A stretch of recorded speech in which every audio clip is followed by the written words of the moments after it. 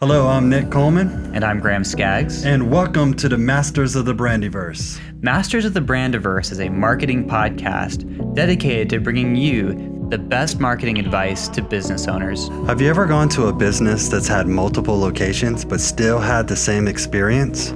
Well, that's not an accident. They use something called brand archetypes to create consistency across their multiple locations and brand assets. In this episode, we're going to talk about brand archetypes and why they're important for your brand. Be sure to like and subscribe to our channel. And if you like what you hear, leave us a comment below.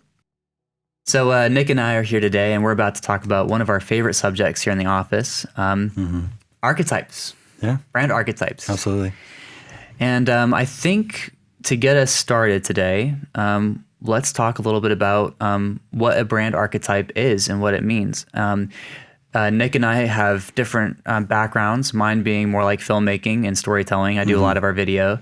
Nick being more of a brand strategist for our team.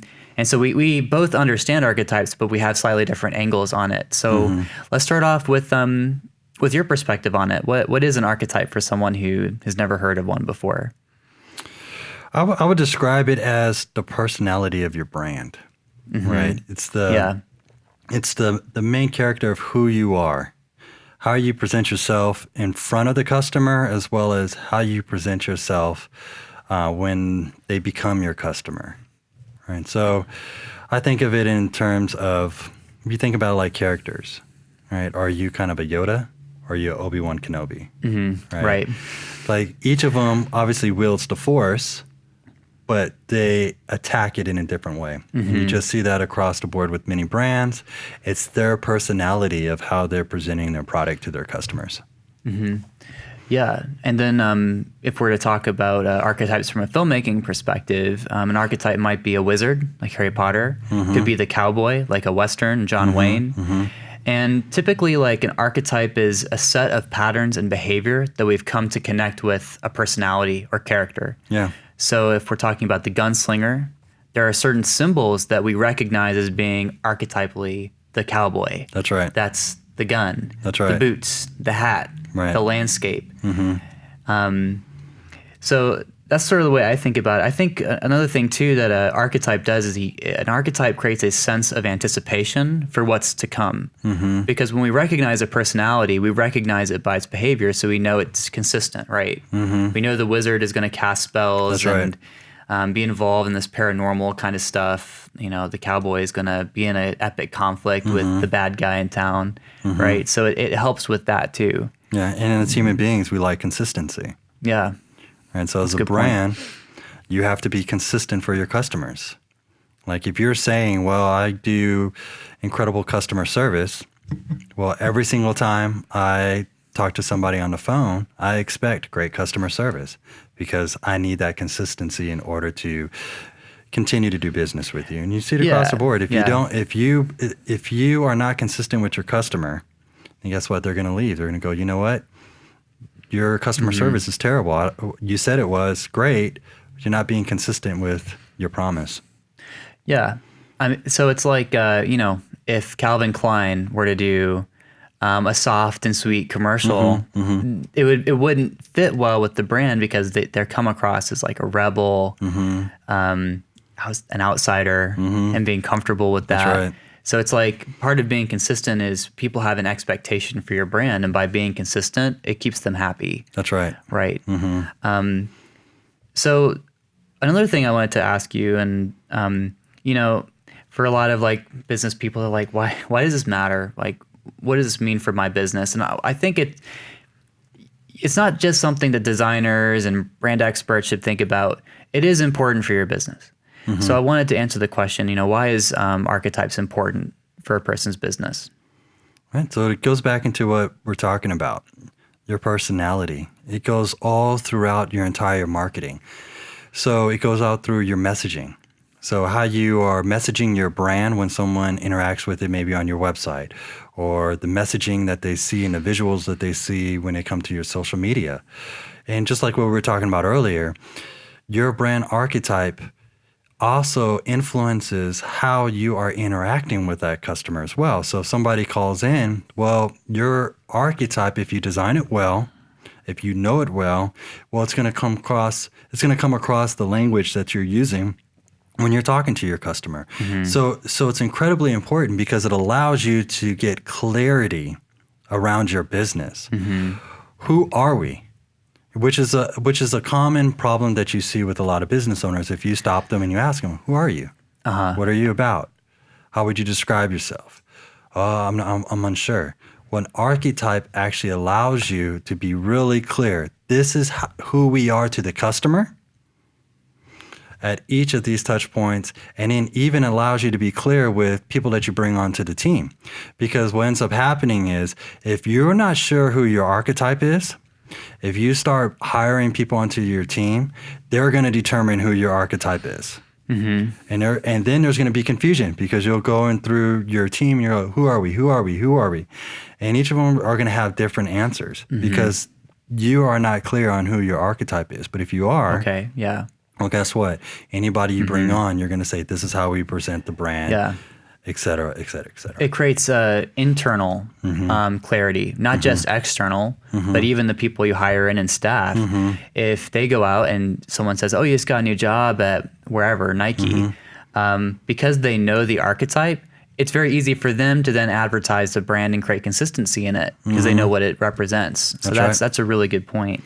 It's like I know you aren't familiar with this, but out here they have Canes in Kentucky. Oh, yeah. Okay, so you know where I come from in Los Angeles, or actually Southern California, our biggest thing out there is In-N-Out. It's like one of our favorite. I've heard of it. Yeah, so I wish it was here. It's amazing. But anyways, the thing about it is if you go into their food plate or to get their hamburgers, their brand is real consistent.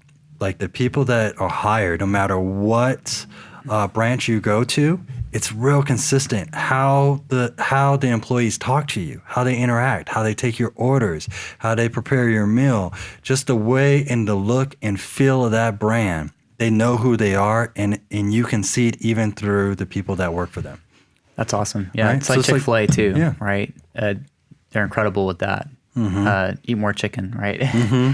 It's really cool. Or it's like Canes, right? So at Canes, before you're even allowed to start interacting with the customers, they walk you through the process of who they are. They expect you to know everything about them, their story, the owners, their mission, right? So and what's really neat about their particular brand is that they actually have people that go to all the different branches and they quiz anybody that's working for them. It doesn't matter if they're preparing the meal. It doesn't matter if they're working a drive-through, right? It doesn't matter what position they are. They're expected to know everything about their brand because they know exactly who their archetype is. That makes sense. Coming at this from like a storytelling perspective too, an archetype can create anticipation and excitement for the journey that's ahead, right? How's that?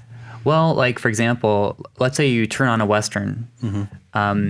You know, like in a Western, you're going to see conflict. You know, there's going to be violence. You know, but there's a sense of like mystery too. Is it going to be the Indians? Is it going to be the sheriff? Is it going to be the outlaw?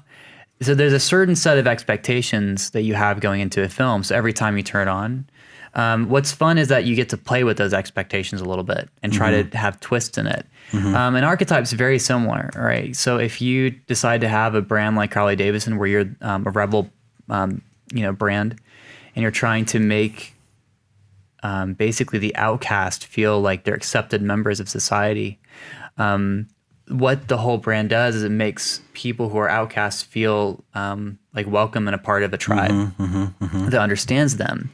And so the archetype creates anticipation that they can be rebels, that they can be unique and have these crazy journeys together, you know? So I think it's a part of it. Yeah. Absolutely. So I guess this is a question like for you as a brand strategist, who helps you discover your archetype as a business owner? How does that process happen? Well, for most people, it's really going to an agency or another expert to help them flush that out. Here's the reality, though. Archetypes live within the owner of that business. Each business, at least from the founding, just in my experience, really takes the shape of the personality of the owner. And so, like Virgin Records. Well, the owner of that is a Bronson, I think his name is. He's a rebel. He kind of lives on the edge. He's daring. He takes risk. Well, that's what Virgin does. I mean, if you really look at how he markets his business just all the way across the board, it takes on his personality. Or you think of like Microsoft. Bill Gates, he's kind of dry. He's kind of matter of fact of how he presents himself, the way he talks, right? Yeah, pretty techie. Yeah. And look at Microsoft. It's not sexy. It's kind of bland. It's techie. You're right. It's just straight to the point. This is what we do. This is who we are. Yeah. And then you have somebody totally different in Apple, right? Steve Jobs, totally different type of personality. Yeah. And you see that in their brands. It's really whoever that owner is. And how you flesh that out is really you need to sit and meet with somebody, with the consultant and expert, because here's why. Anytime that you are trying to pull something out of yourself, it can be hard because you can pull yourself back. You go, well, I already know this. But if you're sitting down talking to somebody, what a lot of times they're going to ask you questions that are going to challenge you. They go, you know what? I didn't think about it that way. Let me think. And then from there, they'll start kind of pulling it out more and more and more and go, you know what? Hey, thank you for helping to facilitate something that was already within me come out so I can actually express it. Because a lot of people have tough times with that. I can't, like you ever hear people that say, I don't know how to put that into words. I don't know how to express myself. Right? So, and it's because it's always easier to give to someone else than it is for you to do for yourself. And so that's why it's really important, if you really want to flesh out who your archetype is for your business, you need to speak to an expert. Thanks for watching this episode, and if you liked what you heard, like and subscribe to our channel. And if you have any thoughts, leave us a comment below.